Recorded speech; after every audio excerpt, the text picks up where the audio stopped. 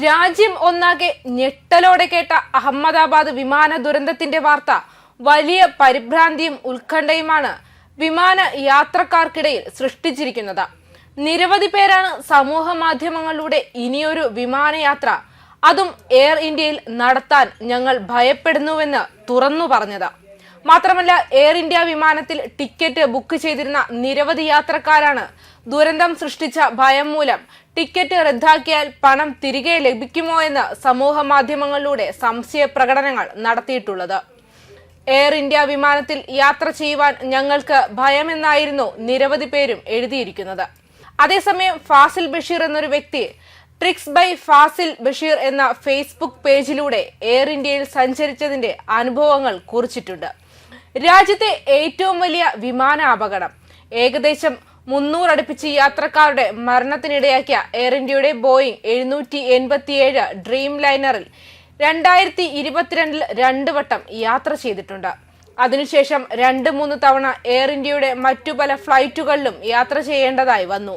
അപ്പോഴെല്ലാം മനസ്സിലാക്കാൻ സാധിച്ച ഒരു കാര്യം, മെയിന്റനൻസ് കൃത്യമായി നടത്താതെയാണ് ഈ വിമാനങ്ങളെല്ലാം തന്നെ സർവീസ് നടത്തുന്നത് എന്നുള്ളതാണ്.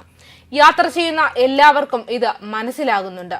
നമ്മൾ ക്യാബിൻ ക്രൂവിനോട് പരാതി പറയും, അതല്ലെങ്കിൽ എയർപോർട്ടിൽ എയർ ഇന്ത്യ ഓഫീസിൽ പരാതി പറയും. കൂടുതൽ ആളുകളും പരാതി വീഡിയോ അല്ലെങ്കിൽ ഫോട്ടോ രൂപത്തിൽ സോഷ്യൽ മീഡിയയിൽ പങ്കുവയ്ക്കും. ഇന്നലെയും ഒരു യാത്രികൻ ഇത്തരം പരാതിയുടെ വീഡിയോ പോസ്റ്റ് ചെയ്തിരുന്നു. അഹമ്മദാബാദിൽ ഇറങ്ങിയ യാത്രക്കാരനായതിനാൽ അപകടത്തിൽപ്പെട്ടില്ല. എത്ര പരാതി വന്നിട്ടും ഇതുവരെയും ഒരു മാറ്റവും ഉണ്ടായിട്ടില്ല എന്നത് അത്ഭുതകരമാണ്. അതിന് പ്രധാന കാരണം ദുരന്തങ്ങളിലൂടെ മാത്രമേ പാഠം പഠിക്കൂ എന്ന നിർബന്ധം നമ്മുടെ നാടിന് സ്വന്തമാണ് എന്നുള്ളതാണ്. ബജറ്റ് എയർലൈൻ ജീവന് വില കൽപ്പിക്കാത്തവർ എന്നാകരുത്. എത്രയൊക്കെ അതിൽ കയറില്ല എന്ന് വിചാരിച്ചാലും ചില സന്ദർഭങ്ങളിൽ എയർ ഇന്ത്യയെ ആശ്രയിക്കേണ്ട യാത്രക്കാരിൽ ഒരാൾ എന്നുള്ള നിലയ്ക്ക് പറയാനുള്ളത്, കഴിഞ്ഞ ദിവസത്തെ അപകടത്തിന്റെ കാരണം എന്തുതന്നെയാണെങ്കിലും കൃത്യമായ മെയിന്റനൻസ് നടത്തി സർവീസ് നടത്തണമെന്നാണ് അദ്ദേഹം അഭ്യർത്ഥിക്കുന്നത്. ഇത് ആ ഒരു വ്യക്തിയുടെ മാത്രം ആവശ്യമല്ല, വിമാനയാത്ര ചെയ്യുന്ന എല്ലാ വ്യക്തികളും ആഗ്രഹിക്കുന്നതാണ്. കൂടാതെ എയർ ഇന്ത്യയുടെ ബോയിങ് 787-89 ഫ്ലീറ്റിന് കീഴിലുള്ള എല്ലാ വിമാനങ്ങളും ജൂൺ 15 ഞായറാഴ്ച മുതൽ മെച്ചപ്പെട്ട സുരക്ഷാ പരിശോധനയ്ക്ക് വിധേയമാക്കുമെന്ന് സിവിൽ ഏവിയേഷൻ മന്ത്രാലയം പ്രഖ്യാപിച്ചിരിക്കുകയാണ്. എയർ ഇന്ത്യ അഹമ്മദാബാദ് ലണ്ടൻ വിമാനാപകടത്തിൽ ഒരാൾ ഒഴികെ എല്ലാവരും മരിച്ചതിനെ തുടർന്ന് 787 ഡ്രീം ലൈനറുകളും അമേരിക്കൻ വിമാന നിർമ്മാതാക്കളായ ബോയിങ്ങും പരിശോധനയ്ക്ക് വിധേയമാക്കിയിട്ടുണ്ട്. Directorate general of civil aviation ഉത്തരവിട്ട വിപുലമായ പരിശോധനകളിൽ ഇന്ധനം, എഞ്ചിൻ, ഹൈഡ്രോളിക് സിസ്റ്റം നിരീക്ഷണം എന്നിവ ഉൾപ്പെടുന്നു. പരിശോധനകളുടെ റിപ്പോർട്ട് അവലോകനത്തിനായി അവർ തേടും. ജെനെക്സ് എഞ്ചിനുകളുള്ള Air India Boeing Dreamliner വിമാനങ്ങൾ സുരക്ഷാ പരിശോധനകൾക്ക് വിധേയമാക്കും.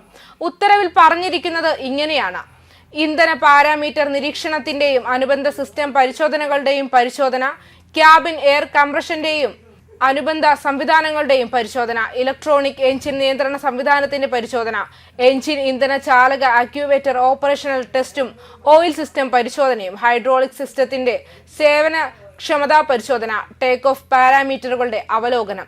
കൂടാതെ 2 ആഴ്ചയ്ക്കുള്ളിൽ വൈദ്യുതി ഉറപ്പ് പരിശോധനകൾ നടത്തുകയും ഫ്ലൈറ്റ് കൺട്രോൾ ഇൻസ്പെക്ഷൻ അവതരിപ്പിക്കുകയും ചെയ്യും.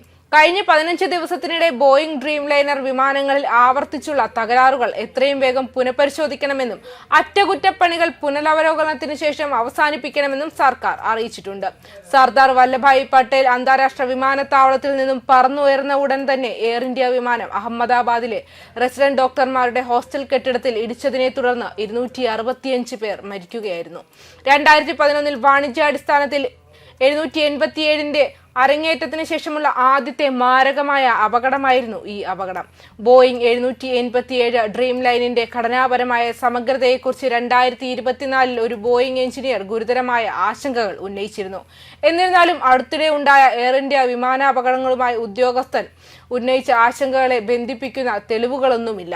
എയർ ഇന്ത്യ അപകടത്തെക്കുറിച്ചുള്ള പ്രസ്താവനയിൽ ബോയിങ് എയർപ്ലെയിനിങ് ഫ്ലൈറ്റ് 171 സംബന്ധിച്ച് എയർ ഇന്ത്യയുമായി ബന്ധപ്പെട്ട് വരികയാണെന്നും അവർ പിന്തുണയ്ക്കാൻ തയ്യാറാണെന്നും അദ്ദേഹം വ്യക്തമാക്കിയിരുന്നു. ന്യൂസ് ഡെസ്ക് കർമ്മ ന്യൂസ്.